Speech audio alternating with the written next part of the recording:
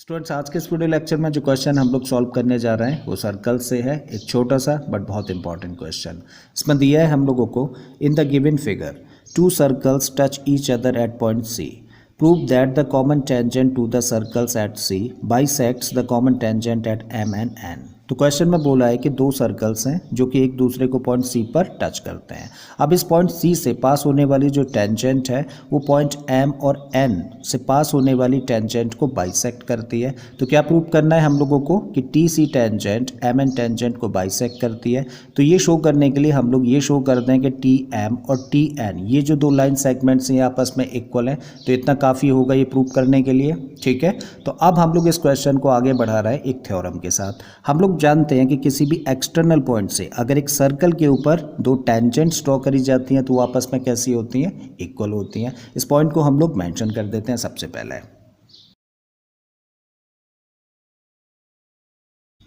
We know that the tangents drawn from an external point to a circle are equal।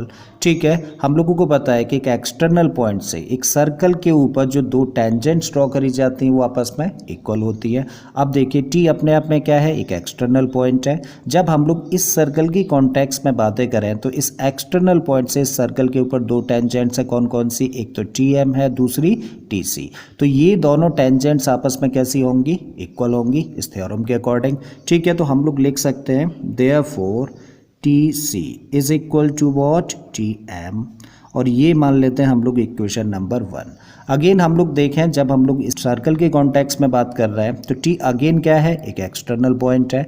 और इस external point से इस circle के ऊपर दो टेंजेंट्स फिर से हैं। कौन कौन सी, टी सी और टी एन। तो ये दोनों टेंजेंट्स भी आपस में कैसी होंगी, इक्वल होंगी। तो हम लोग लिख सकते हैं also T C is equal to what, T N, क्योंकि यहाँ भी एक्सटर्नल पॉइंट से दो टेंजेंट्स ड्रॉ करी गई हैं। किसके ऊपर, सर्कल के ऊपर।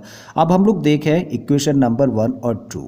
तो बाई इक्वेशन नंबर 1 एंड 2 हम लोग क्या देख पा रहे हैं, इन दोनों इक्वेशंस की एक साइड कैसी है, इक्वल है। जब भी कभी दो इक्वेशंस की एक साइड इक्वल हो तो दूसरी साइड्स भी कैसी होती हैं, उनकी इक्वल होती हैं। तब हम लोग लिख सकते हैं कि T M is equal to T N. तो क्या शो कर दिया हम लोगों ने कि ये लाइन सेगमेंट यानी कि टी एम किसके इक्वल है, टी एन यानी कि इस लाइन सेगमेंट के इक्वल है। और जब ये दोनों पार्ट्स इक्वल है तो ये टेंजेंट क्या कर रही है, इस लाइन सेगमेंट यानी कि एम एन जो कि अपने आप में क्या है, एक टेंजेंट है, इसको बाइसेक्ट कर रही है। और यही तो हम लोगों को प्रूव करना था ना। ठीक है, तो हम लोग लिख सकते हैं therefore T C bisects M N. और यही हम लोगों को प्रूव करना था। आई होप स्टूडेंट्स क्वेश्चन आपको समझ आ गया होगा। अगर ऐसा है तो प्लीज़ वीडियो को लाइक कर दें, चैनल को सब्सक्राइब कर लो। और बाकी के क्वेश्चंस के लिए आप मेरी प्लेलिस्ट में चले जाइए। इस तरह के बहुत सारे क्वेश्चंस मैंने ऑलरेडी अपलोड किए हैं। फिर से आता हूँ एक नए क्वेश्चन, एक नए कॉन्सेप्ट के साथ में। Till then keep learning and thank you for watching this video.